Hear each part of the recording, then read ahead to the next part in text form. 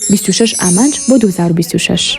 ڕۆژانە خوێندنی 3 بۆ 5 پەڕە لە قورئانی پیرۆز بێگومان بە تەفسیرەوە. ڕۆژانە بەپێی توانە خۆت ڕابهێنە لەسەر خوێندنەوەی سوورەتی بەقەرە.